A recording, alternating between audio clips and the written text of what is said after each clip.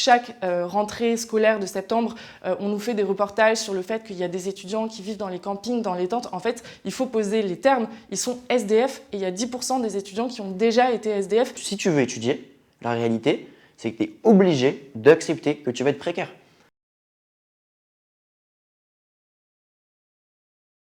Je m'appelle Philomène, je suis étudiante à Paris-Cité, qui est une fac dans Paris, et je suis militante au Point Levé depuis plusieurs années. Le Point Levé, c'est un collectif de jeunesse dans les universités et dans les lycées. Qui veut porter aussi certaines valeurs comme le féminisme, l'antiracisme, l'anticapitalisme. Avec le Point Levé, en septembre dernier, on s'est dit qu'il fallait qu'on fasse une enquête sur la précarité. On est parti dans toute la France, à partir de toutes nos universités où on existe, pour récolter 5000 réponses d'étudiants. Ça couvre 16 des principales académies universitaires, donc c'est une enquête représentative de ce qu'on vit toutes et tous au quotidien. Le premier volet qu'on a voulu développer, c'est cette question-là de l'alimentation. Je pense que c'est une des premières manières très concrètes où on peut voir comment s'exprime cette précarité-là. Il y a 85% des étudiants et des étudiantes qui ont dû réduire leurs dépenses liées à l'alimentation à cause de l'inflation. Et c'est sûr que c'est quelque chose qu'on connaît tous. Des fois, on s'en rend même pas compte. Mais c'est juste, bah oui, on n'achète pas de fromage, encore moins du chocolat, des desserts, tout ça, ça n'existe pas. Quasiment un étudiant sur 5 est déjà allé se nourrir par des banques alimentaires. Moi-même, j'ai dû passer par là. Et ça encore, c'est la phase émergée de l'iceberg. C'est-à-dire que pour aller à la banque alimentaire, c'est déjà un chemin personnel où tu te dis, bon, là c'est vraiment trop frère, t'as sauté des repas 4 fois dans la semaine, t'as gratté à ton pote un paquet de pâtes ou je sais pas quoi. J'abuse un peu, mais voilà, en gros, c'est ça l'idée. Nous, on propose un repas Crous à 1 €. C'est une proposition qui existe, mais seulement pour les boursiers et les boursières aujourd'hui. Sinon, c'est 3,30 € le repas. C'est déjà en fait une dépense énorme pour un petit budget. J'ai déjà mangé avec des copines de classe et tout, qui font déjà, ils essayent de contrôler un peu ce qu'on met dans nos assiettes et tout, mais qui, elles, ramenaient ces tupperwares pour remplir des entrées en fait pendant qu'on mangeait, pour se dire qu'elle allait manger le soir. Plus largement, si on veut vraiment s'attaquer au fait de pouvoir manger correctement et de ne pas avoir à choisir entre le repas du midi et le repas du soir, on pense qu'il faut absolument instaurer un revenu étudiant. Un revenu étudiant qui soit financé par les grandes fortunes, c'est-à-dire que tous les étudiants ils aient le droit d'avoir un SMIC, en gros, pour pouvoir étudier, manger, dormir normalement. La deuxième thématique en fait, de cette enquête, c'est le logement, parce qu'on sait toutes et tous que quand on est étudiant, c'est quasiment admis et normalisé qu'en fait, on est mal logé. Je suis arrivé à Saint-Denis, le Crous de Saint-Denis, c'est un des pires de France, je pense, il n'y a pas de problème pour le dire. Le truc, c'est une chambre de 9 mètres carrés. Je rentre dans les couloirs, t'as l'impression que t'es en tôle, c'est des murs chum comme ça, t'as des portes jaunes avec des numéros dessus, toi t'es chambre 14, ok, tu rentres dans ton truc, t'as un lit de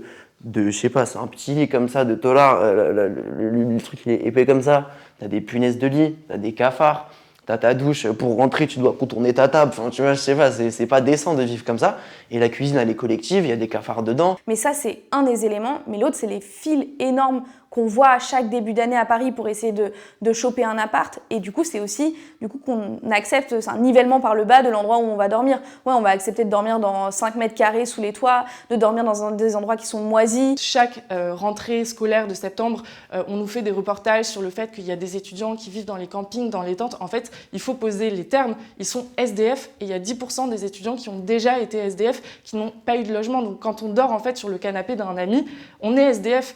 Nous, on a des étudiants, notamment étrangers, qui ont témoigné. Une qui m'a beaucoup touchée, qui dort dans le lit de sa tante parce que c'est la seule façon pour elle d'habiter à Paris. Il y a 3 millions de logements qui sont vides en France. C'est énorme, c'est plus que d'étudiants.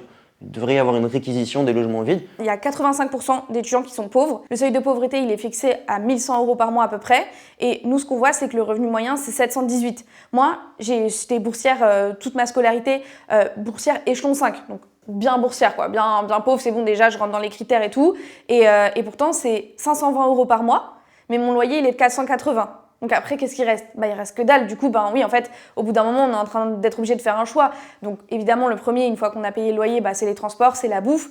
Mais du coup, il y a plein de gens qui sont obligés de faire un choix entre aller en cours, aller travailler pour pouvoir vivre, manger, avoir un logement décent. Et en fait, ça, c'est des choix qui ponctuent nos vies en permanence. La principale solution de survie face à la précarité, c'est de travailler. C'est 1 étudiant sur 2 qui travaille. Plus un étudiant travaille en termes d'heures, plus en fait il va risquer de décrocher. De plus en plus d'étudiants, ils se tournent vers l'alternance parce que c'est une manière pour eux d'essayer d'équilibrer au maximum leurs études et le travail.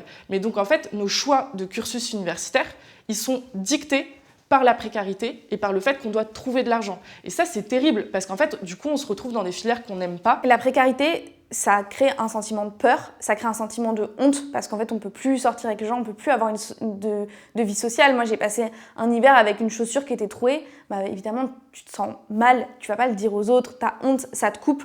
Mais déjà, c'est de dire, on peut sortir de cette honte, de ce truc en fait qui sert à nous diviser les uns des autres. C'est pas une fatalité, la précarité, c'est organisé, c'est construit, mais du coup ça peut aussi exploser si tout le désespoir et la souffrance qu'il y a autour de la précarité, si tout ça on le transforme dans une colère collective, ben c'est sûr qu'on va réussir à faire changer les choses.